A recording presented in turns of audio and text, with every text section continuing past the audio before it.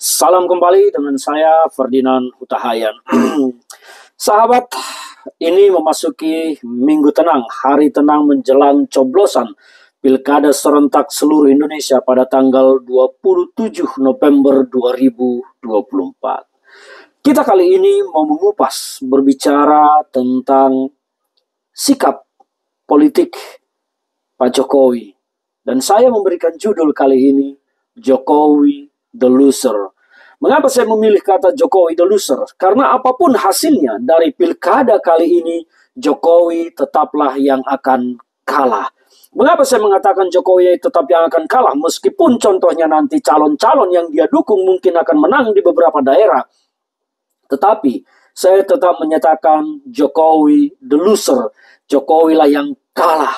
Karena apa? Nama baiknya, martabatnya telah diukur oleh segenap bangsa ini. Hanya sekelas juru kampanye pilkada.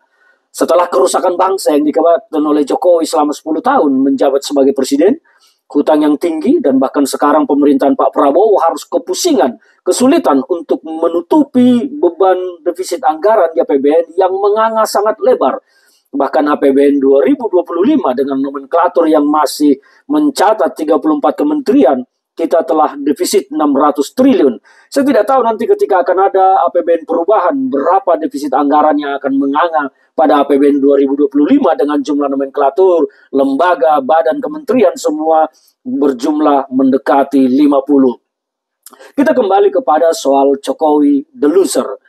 Jokowi terlihat mengendorse banyak calon kepala daerah. Puluhan calon kepala daerah diendorse oleh Jokowi dengan kalimat yang template dan sama persis.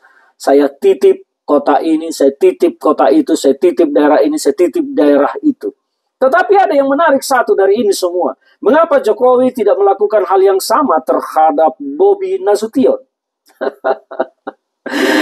Kepentingannya karena apapun yang terjadi, memang Bobi diprediksi akan memenangkan Pilkada Sumatera Utara, dan Bobi sudah hampir pasti 1.000.000% akan mendukung Gibran kelak, sehingga kuncian terhadap Bobi Nasution tidak diperlukan oleh Jokowi karena dia seorang mantu.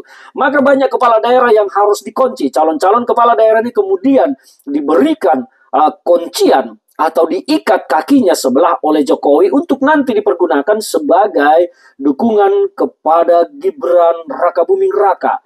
Politik 2029 adalah motif dari semua apa yang dilakukan oleh Jokowi kali ini. Karena memang tidak ada manfaat secara personal kepada Jokowi, apalagi kepada bangsa, tentang apa yang dilakukan oleh Jokowi kali ini, kecuali kepentingan kepada Gibran Rakabuming Raka yang nasib politiknya akan sangat dipertaruhkan pada 2029. Maka penilaian publik sekarang terhadap Jokowi adalah sentimen negatif. Apa yang dilakukan oleh Jokowi dianggap sangat tidak patut, tidak layak oleh kalangan banyak.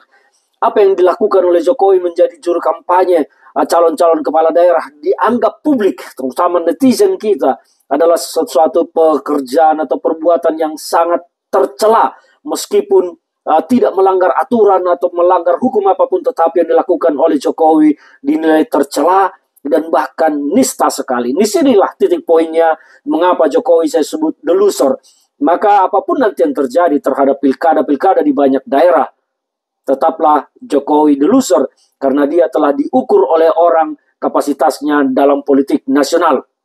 Apalagi nanti kalau ternyata dua daerah utama, yaitu DKI Jakarta dan Jawa Tengah, calon yang didukung oleh Jokowi ternyata kalah, maka cap sebagai the loser itu akan semakin kental dan tidak akan bisa dihapus. Dan itu akan menjadi noda bagi perjalanan politik Jokowi pasca purna dari presiden.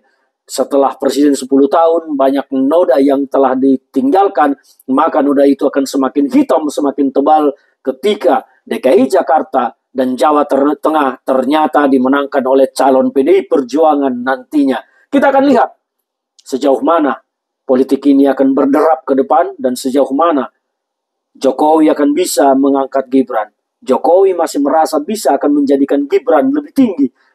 Padahal sekarang Jokowi sudah tak punya kekuasaan apa-apa lagi. Hanya tersisa sedikit. Dulu Jokowi masih presiden, bisa memerintah semua lembaga-lembaga negara. Sekarang Jokowi bisa perintah siapa? Hanya bisa memerintah orang-orang yang masih menyisakan sedikit rasa terima kasih dan menjilat kepada dirinya karena dijadikan pejabat.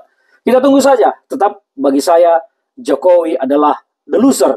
Karena apapun hasilnya, Jokowi adalah kalah karena martabat, harga diri, nama baiknya telah tercoreng di tengah publik dengan ulahnya menjadi juru kampanye bagi beberapa calon kepala daerah. Jokowi tetap the loser.